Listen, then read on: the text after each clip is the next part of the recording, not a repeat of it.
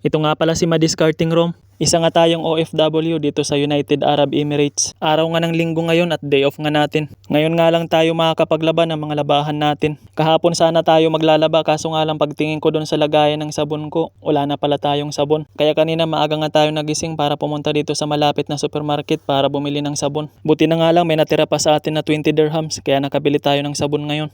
Wala nga muna tayong gala ngayon. Dito muna tayo sa accommodation magtambay.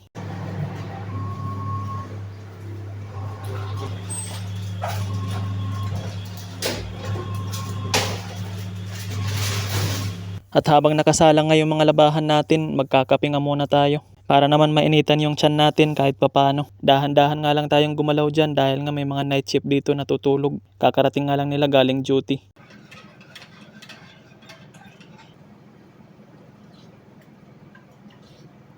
At nung pumunta nga ako dito sa kusina namin, napansin ko nga na medyo makalat. Nagdadalawang isip pa nga ako kung maglilinis ba ako ngayon o hindi. Dito nga sa accommodation namin, may mga schedule nga kami kung anong araw kami maglilinis dito. Tapos na nga yung schedule natin nung isang araw pa. Kaso nga lang hindi tayo mapakali kung wala tayong ginagawa. Kaya ngayon naisipan ko maglinis dito sa kusina namin. Inuna ko na ang linisan yung lababo namin dito. Sobrang tahimik nga ngayon dito sa accommodation namin. Ramadan nga ngayon dito, kaya naman yung mga staff dito at saka ibang mga taga-maneho natin, mga tulog sila ngayon.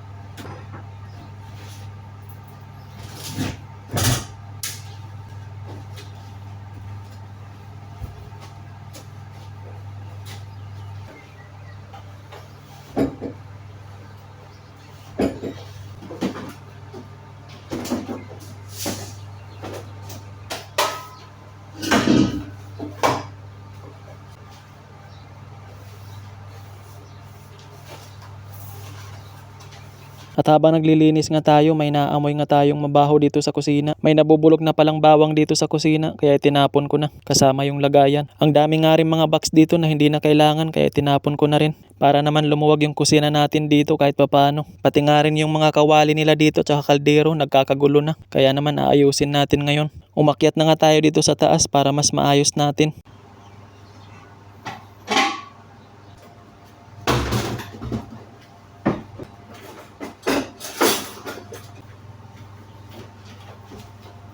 Inarrange ko na nga rin yung mga gamit dito para naman maging maayos sa paningin. May mga staff nga dito na natatapos yung kontrata at naiiwan nga nila yung mga gamit nila dito.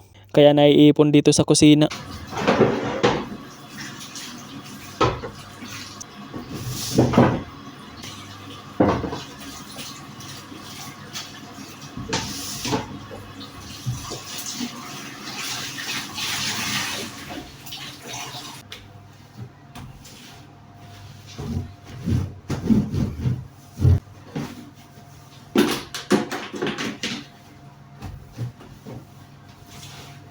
At pagkatapos nga natin maglinis sa kusina, isinabay ko na nga dito sa hallway. At tamang-tama nga rin, araw ng linggo ngayon. Tayo ngayon nakatoka ngayon dito sa paglilinis ng hallway. Tinanggal ko na nga rin yung ibang mga gamit dito sa gilid at saka yung ibang mga upuan para naman maging maluwag itong hallway natin dito.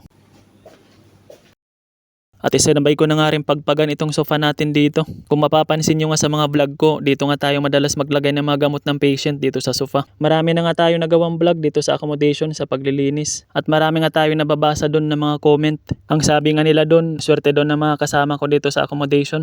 Kasi malinis nga daw tayo. Kaso nga lang tayo ata ang hindi swerte sa kanila.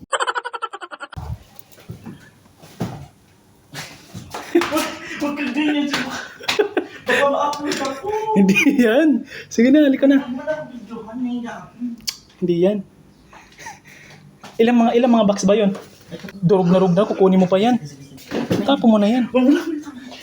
At kanina nga habang naglilinis tayo, naabutan tayo ni Nilmer. Pinangkuhan niya nga yung mga karton, sa kanya pala yun. Ang sabi ko nga sa kanya, pag hindi niya kailangan, itapon niya na. Hinakot ko na nga palabas yung mga basura na nakuha natin dito sa loob ng accommodation. At mukhang sinisipag nga tayo ngayon maglinis. Yung mga hindi na nga kailangan dito sa labas ng accommodation, pinangtapon ko na nga rin.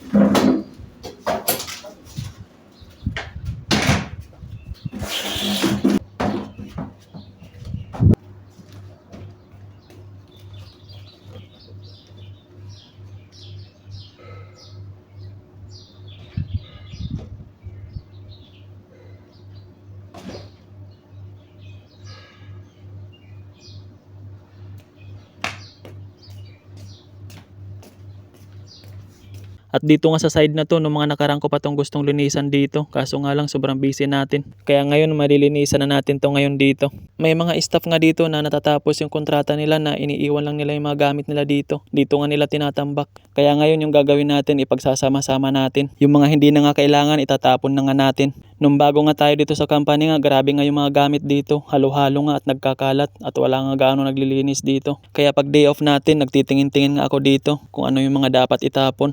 Dati nga ang daming mga pusa dito. Ginagawa nga nila itong tirahan dito. At pag umaga nga, grabe nga yung amoy. Dito rin kasi sila tumatay. Kaya nung nasimulan kong linisan dito paunti-unti, nagsialisan na rin sila.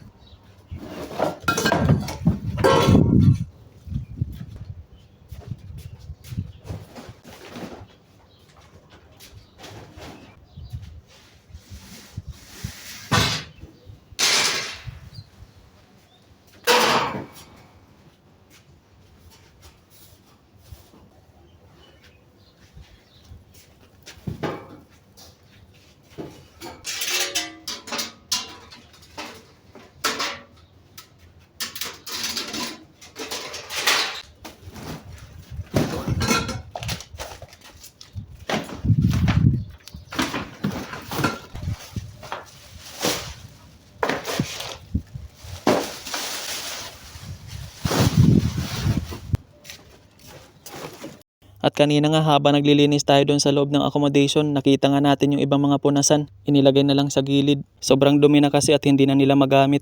At nangihinayang nga akong itapon. Kaya naman brabrasyan natin ngayon.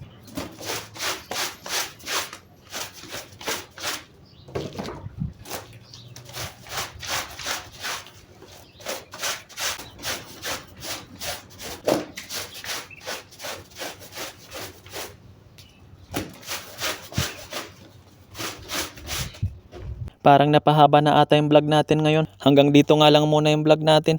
Doon nga pala sa mga kabayan natin na walang sawang sumusuporta sa mga vlog natin. Maraming salamat nga sa inyong lahat.